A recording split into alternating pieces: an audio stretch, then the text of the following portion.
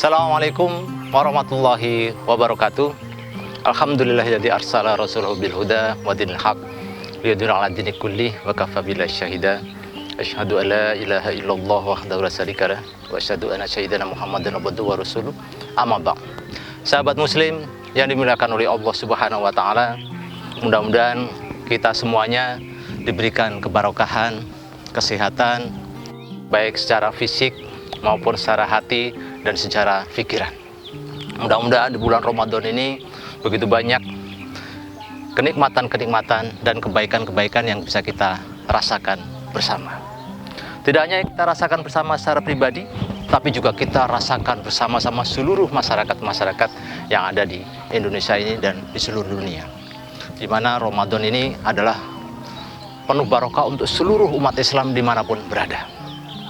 Kita aja Ramadan Syahrul Mubarak, fatahu fi abwabul jannah. Ya, bahwa Allah Subhanahu wa taala melalui Rasulullah SAW telah menyatakan bahwa akan datang bulan Ramadan yang disebutkan bulan penuh dengan barokah. Fatahu fi abwabul jannah, bahwa Allah akan membuka pintu-pintu surga. Ya. Kemudian juga Allah akan menyatakan bahwa menutup pintu-pintu neraka. Dan juga Allah menambahkan kebaikan-kebaikan lagi adalah dengan mengikat setan-setan. Sahabat muslim yang dimuliakan oleh Allah Subhanahu wa taala, dengan begitu banyak kesempatan yang diberikan oleh Allah Subhanahu wa taala, maka tentu secara kesolehan pribadi kita akan menjadi orang-orang yang sangat soleh. Kita manfaatkan ibadah-ibadah yang diberikan oleh Allah Subhanahu wa taala. Sholat kita yang biasanya mungkin tidak 5 waktu di masjid menjadi 5 waktu di masjid. Tetapi apakah cukup bagi seorang muslim dengan hanya soleh secara pribadi?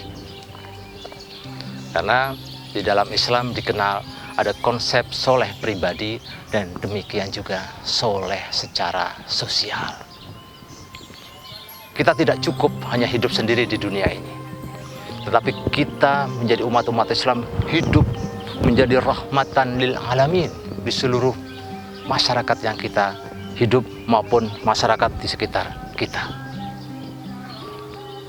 Di dalam Islam dikenal ada ibadah-ibadah maliyah maupun ibadah-ibadah nafsiyah. Ibadah-ibadah maliyah adalah ibadah-ibadah yang terkait dengan harta kita. Ibadah-ibadah nafsiyah adalah ibadah-ibadah yang terkait dengan diri kita, seperti sholat dan segala macam. Nah, untuk menjadi soleh-soleh secara sosial, maka Allah memberikan kesempatan-kesempatan kebaikan kepada kita semuanya, melihat sekitar masyarakat kita. Kita harus terbiasa jalan-jalan di sekitar masyarakat, bagaimana melihat masyarakat sekitar. Apakah mereka sudah menjadi orang-orang yang sejahtera, orang-orang yang bahagia? Apakah masih ada di sekitar kita orang-orang yang masih miskin dan seterusnya? Memang manusia diciptakan oleh Allah Subhanahu wa taala sebagai insan yang kikir. Innal insana khuliqa halu'a. Manusia itu dalam kondisi sering berkeluh kesah dan kikir. Untuk itu Allah memberikan janji-janji yang luar biasa kepada manusia akan menjadi orang-orang yang soleh secara sosial, yaitu berupa pahala-pahala kebaikan dan juga demikian juga pahala-pahala surga bagi orang-orang yang menjadi sangat cerdas secara sosial. Tidak hanya sibuk mengurus diri sendiri, tetapi juga mengurus kepada orang-orang yang ada di sekitar. Khairun nas anfa'ahum linnas adalah sebuah konsep kecerdasan sosial. Kita bisa menjadi orang-orang dan harus menjadi orang-orang yang bermanfaat untuk masyarakat yang ada sekitar. Dan itulah yang menjadi orang yang terbaik.